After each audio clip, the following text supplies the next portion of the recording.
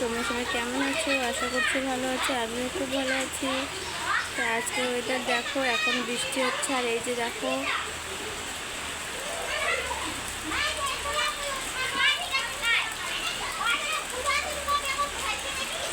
এই যে এখানে মা ঠাকুর পুজো দিচ্ছে। এই যে এখানে রান্না হচ্ছে আমাদের।